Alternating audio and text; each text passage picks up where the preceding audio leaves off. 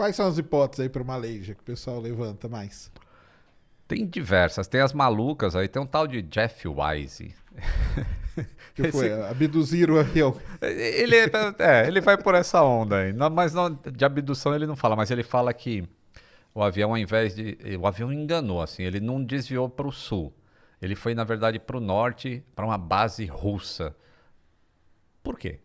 Eita, Né? lá. Assim, Que ele doideira. fala umas doidas e fala de sinal de GPS. Aí cria aquelas, né, conspirações que para você provar, aí você precisa despender de um tempo para falar, pô, você tá falando um monte de besteira, bicho. Porque o satélite, o ping, através do Doppler, se sabe que ele foi pro sul, ele não foi pro norte de jeito nenhum. E você tá falando em cima de uma imagem de Google Maps, Né, sabe? não dá, né? Aí não dá, né?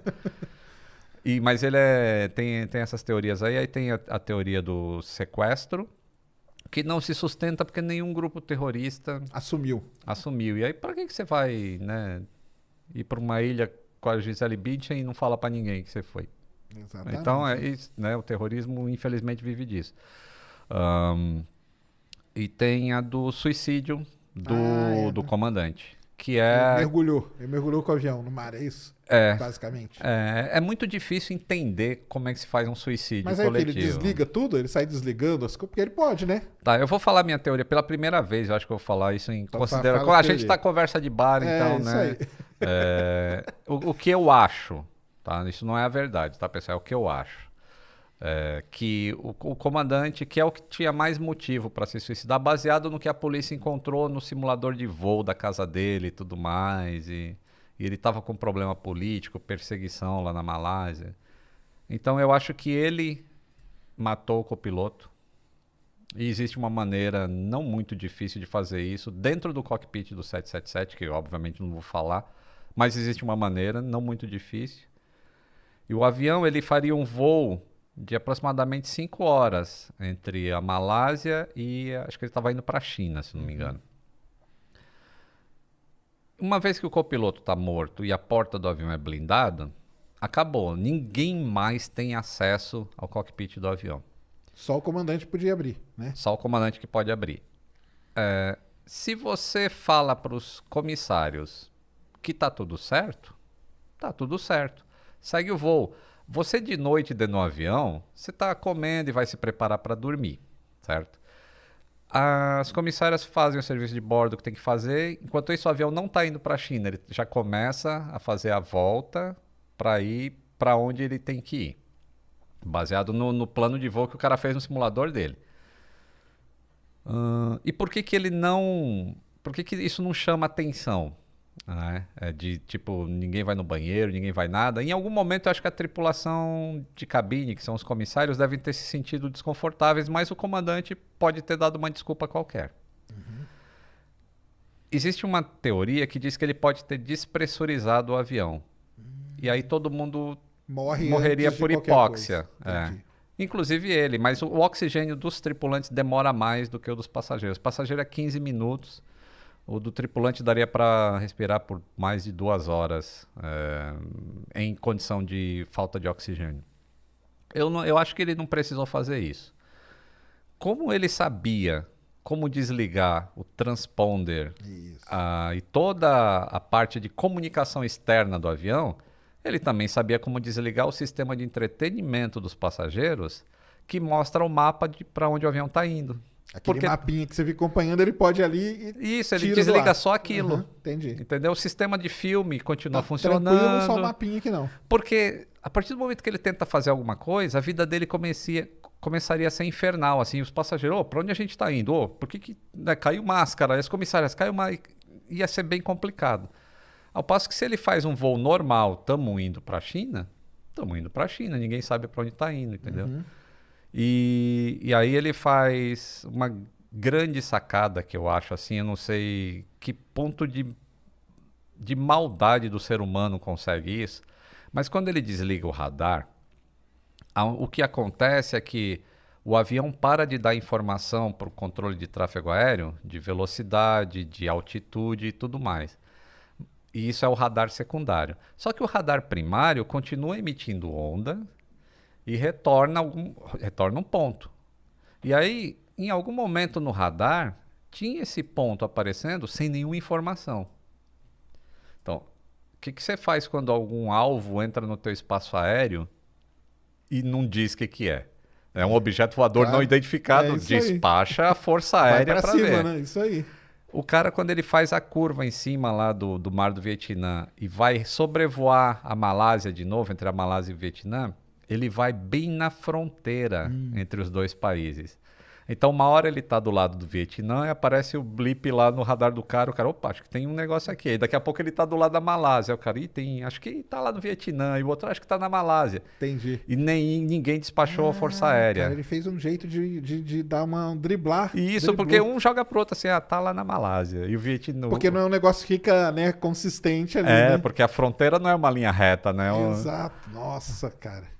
De uma maldade. Terrível. Mas acharam isso aí meio no plano de voo lá quando investigaram esse negócio? Não. Essa parte não tinha isso, mas tinha uns waypoints, assim, uns latitude e longitude lá pro Oceano Índico, no simulador de voo dele.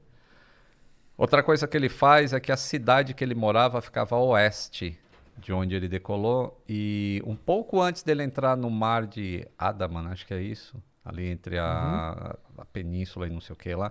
Ele faz uma curva à esquerda e passa em cima da cidade que ele nasceu. Caramba. Então isso tudo leva a crer que foi o comandante mesmo que estava controlando o avião. Então todo esse papo aí que eu lembro que saiu muita teoria de conspiração. O 777 tem isso, tem aquilo. Aí começaram a colocar a culpa no avião, né? Perdeu todo o sistema elétrico. E o avião ficou voando 6 horas. Cara. Aí não, para perder... Caramba, cara.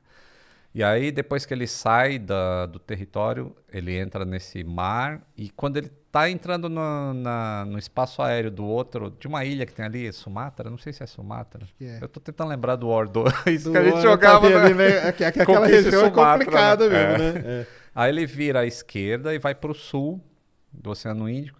E como se sabe que ele foi para o sul? Ciência. Né? Essa comunicação que o avião da Air France mandou pro escritório da Air France é porque a Air France tinha um sistema pago de assinatura de informação de telemetria para o avião. E a Malaysia tinha isso também, mas só para o avião, não tinha para os motores. Porque são pacotes que você vai adicionando, né? E eles não tinham isso. Mas o avião e o satélite não sabe quem comprou, quem não comprou. Então existe um ping assim de conexão entre o satélite e os motores, assim, tipo, você tá aí, tô aqui. Só isso. E existia essa comunicação de ping e a determinados intervalos de tempo. E através do satélite estacionário, ele sabia, o satélite está aqui, ele está mandando uma onda. Através de Doppler, a gente consegue medir a frequência. Claro, se aumentou, se diminuiu e tal. E a gente sabe se ele está indo para lá ou para cá. Se ele está se afastando ou se aproximando. Se aproximando. Isso. E aí chegaram à conclusão que ele tinha ido para o sul. Caramba. E aí tem vários cálculos. Tem um cara no Twitter, é o Mike Chillett, acho. Esse cara é um matemático do caramba e ele está envolvido com Malaysia. Eu acho que eu vou fazer um vídeo com esse cara. Eles estão ainda, tá ainda na... Tá, ele vai plotando no Google Maps e ele vai pegando a posição de satélite, posição não sei o que, posição de ping e vai plotando os dados e fala, o Malaysia caiu nessa área aqui. Baseado em informação de avião e tudo mais. Muito, muito interessante. Eles têm meio que um local ali. Ele tem. E hoje ele tweetou assim, eu acho que tem alguém que está lendo meu Twitter, que tem um barco que continua pesquisando. Eles pararam com uma parte, mas tem um barco que chama... Putz, não lembro agora, mas é um barco japonês que anda fazendo investigação lá. E ele fala, acho que esses caras estão seguindo meu Twitter, porque sempre que eu falo que é um negócio aqui, o barco se direciona para lá. Não, se direciona para lá. Então, tipo, ele... Eu tomara que encontre alguma coisa. Não vai ser de muita valia mais, infelizmente. Não vai ter? Não vai ter porque se ele desligou algumas coisas para ficar invisível, ele pode ter desligado o Fly Recorder, por exemplo. Aí não gravou nada. Os dados de voo não vai ter. E os dados de voz, mesmo que tenha ficado funcionando, ele é sobrescrito a cada 2 horas. Então teria as últimas 2 horas de voo se ele falou alguma coisa, beleza. Se ele não falou, não vai ter nada. Mas aí fica, porque aí não... Isso aí enquadra em quê? Não enquadra em acidente. Enquadra ou não? Como que vocês enquadram isso dentro da... Porque é complicado, né? É complicado esse. Ele se enquadra em acidente, eu não sei exatamente a classificação que entraria. Ele se enquadra em acidente porque, de qualquer maneira, existe uma falha em algum lugar. Porque acidentes não acontecem por acaso. Até o cara, aquele alemão que jogou um avião na montanha também, o Leibniz, que era do Germanwings, foi um suicídio também. O cara em depressão, mas pô, foi um suicídio, mas foi um acidente. Como é que a gente previne que aquilo não aconteça mais? Então mudaram algumas coisas. Preparar os pilotos melhor e tal, e coisa. Né? Mudar a ética médica para a aviação, para que se detecte e avise imediatamente a empresa, e que naquela época não era permitido fazer isso. Então, até quando é coisa inerente ao ser humano, tem que se estudar para evitar que ocorra novamente. É o fator tripa que eu falo, cara, que é a pior coisa que tem em tudo, entendeu? Fator tripa. É, fator tripa, cara. Tipo, pra ir pra Marte, tá tudo certo a tecnologia. Mas como que você vai enfiar 2, 3 seres humanos dentro de uma nave? Convivendo por 2 anos? 6, 7 mil, sei lá quanto pra chegar lá? Então, é o fator tripa. Que a tecnologia nós já resolvemos, entendeu? Agora o ser humano é que é complicado demais, né, cara? Complicado, mas e aí, nesse caso aí, o que poderia aprender é mais nessa parte do ser humano mesmo. O avião, enfim, coitado, o avião é vítima também, né? Vamos dizer assim, né? Já se encontraram pedaços dele, inclusive. Encontraram já? Uhum. Olha só. Eles... A onda, né? Com as correntes. As correntes vai cair. Uma hora aparece. Levaram lá para a costa de Madagascar e eles encontraram algumas coisas. Nossa. Do avião. Entendi. Ou seja, ele foi para o sul, conforme a ciência disse. E você vê um negócio tão complexo como esse, a ciência dá respostas,